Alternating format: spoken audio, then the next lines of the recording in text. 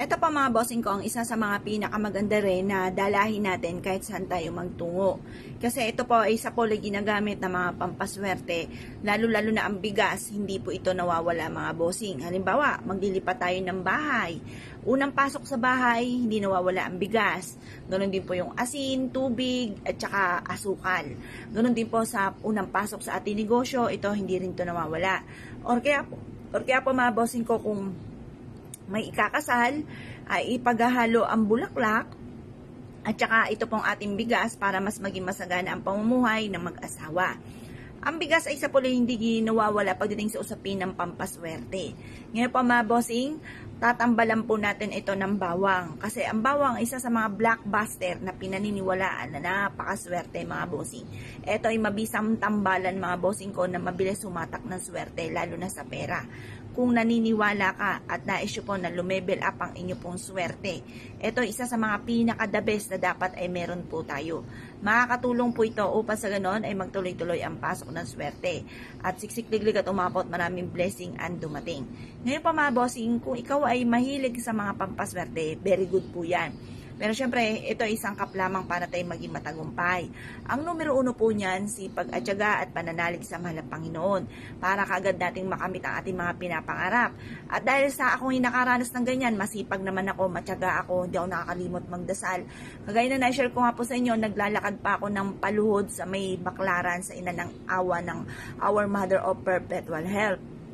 Mula sa may pintuan ng main door po doon hanggang sa may altar, lumalakad ako ng paluhod. At hanggang sa ngayon, umitim na ang aking tuhod mga bossing. Almost a years ako naglakad po dyan.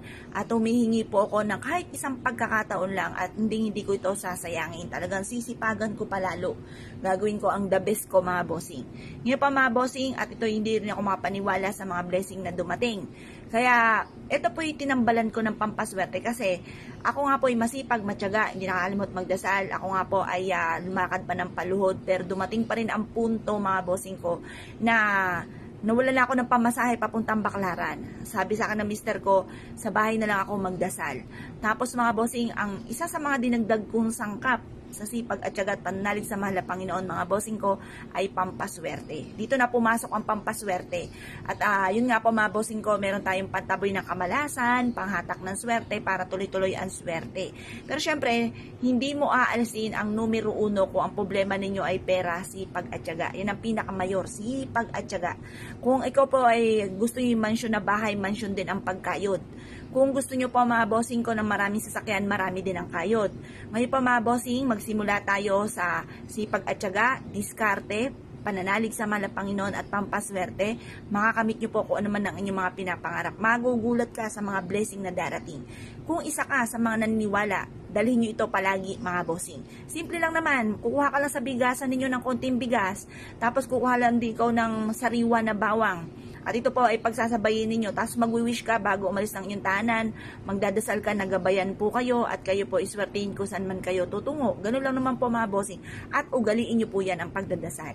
Ngayon po mga bossing, kung kayo ay naniniwala at nais nyo po itong gawin, asya mga bossing ko, good luck po sa inyo po lahat.